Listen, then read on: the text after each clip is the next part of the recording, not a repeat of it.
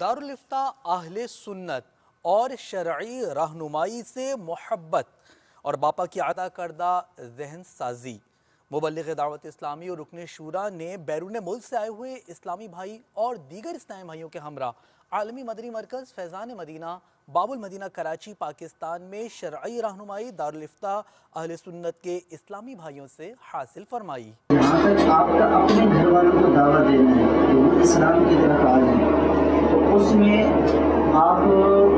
جو ہے وہ سختی کی ضرورت نہیں ہے کہ آپ ان کو جو ہے اسٹرکٹلی بولیں دنیا آپ نہیں کریں، ان کو پیار محبت سے سمجھیں، ان کو دین اسلام کے فوائد بتائیں اور دین اسلام کے اوپر وہ اس وقت راغب ہوں گے، اس وقت توجہ کریں گے جب آپ عملی طور پر ان کو اس طرح کر کے دکھائیں گے اور وہ سمجھیں گے کہ ہاں اسلام میں کافی گنجائش ہے۔ جیسے اب فرض کیا اگر آپ مارنے کا تصور ہی نہیں ہے بچوں کا وہاں،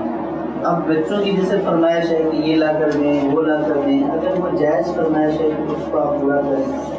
بچے آپ کو یہ بولتے ہیں کہ ہمیں فلاں پارک میں لے جائیں فلاں پارک میں، اگر وہاں پہ ایسی بے حیائی والی بات نہیں ہے تو ایسے وقت میں جب وہاں بے حیائی نہ ہو ان کو وہاں پہ لے کر جائیں،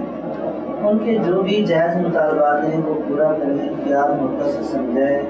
ان کے سامنے آپ جو اپنے گھر میں نماز پڑھیں، تلاوت کریں، عبادت کریں، اپنے رشتہ داروں کے ساتھ بھی اچھا سلوک کریں، اپنی بیوی کے ساتھ بھی اچھا سلوک کریں۔ تو یہ ساری چیزیں جب آپ کریں گے تو انشاءاللہ آپ کے بچے بھی اس کی طرف راغب ہوں گے، ان کے وہ اسلام کی طرف اٹریکٹ ہوں گے۔ لیکن اس میں ان تمام چیزوں میں اس بات کا لحاظ رکھنا ضروری ہے کہ شریعت نے جس کو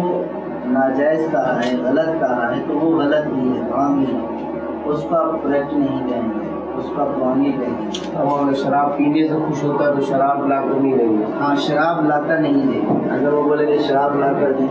تو آپ یہ کہہ سکتے ہیں کہ میرے مذہب میں اس کی اجازت نہیں ہے۔